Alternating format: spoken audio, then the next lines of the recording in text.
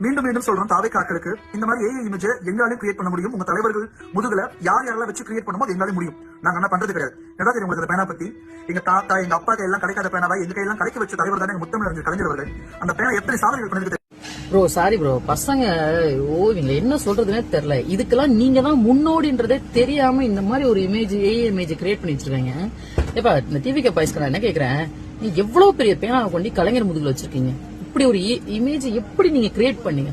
அவர் வயசானவர், அந்த ஒரு பரிதாபம் கூட இல்லையா? அவர் வயசானவர் மேல இவ்வளவு பெரிய பேனாவை தூக்கி கொண்டு தம்பி எவ்வளவு அந்த மாதிரியோட பேனாக்கள்லாம் இவர் கையில கிடைக்கிறதுக்கே அவர் தான் முன்னோடி.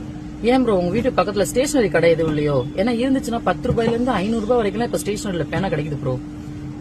நீங்க ஒரு இன்ஸ்டா இன்ஃபுளுசர், அது கூட முடியாது. அந்த பேனா எத்தனை சாதனைகள் பண்ணிருக்கு தெரியுமா? இன்னைக்கு தமிழ்நாடு நிலைமை இருக்கிறதுக்கு அந்த பேனா தான் முக்கியமான காரணம்.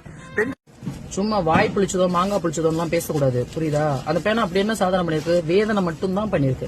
அந்த பேனாவை மட்டும் அவர் புடிச்சு முதல்ல ஒரு சைன் சிஎம்மா போடலைன்னா இந்த தமிழ்நாடு என்னைக்கோ உருப்பிட்டு இருக்கும். அதெல்லாம் வேதனை ப்ரோ, சாதனை இல்ல. மாத்தி பேசிட்டு இருக்கீங்க. எங்க மாதிரி படிப்பறிவு இல்லாத எங்க அப்பாவுக்கும் பிறந்த குழந்தைகள்லாம் நல்ல நிலைமைக்கு இருக்காங்கன்னா அந்த பேனா தானே காரணம். அந்த பேனா பத்தி ப்ரோ ஒரு நிமிஷம், என்னமோ சொன்னீங்க, அது என் காதுல தப்பா கேட்டுச்சுன்னு நினைக்கிறேன். இன்னொரு தடவை கேட்டு வரேன். எங்க மாதிரி படிப்பறிவு இல்லாத எங்க அப்பாவுக்கும் பிறந்த குழந்தைகள்லாம் நல்ல நிலைமைக்கு இருக்காங்கன்னா அதேதான் ப்ரோ, அதேதான். இந்த டிஎம்கேல இருந்தாலே கொஞ்சம் கூட அறிவுன்றதே இருக்காது, ஓகேவா? அத எப்படி சொல்றது, உண்மையை ஒத்துக்கிறவன் கடவுளுக்கு சமம்.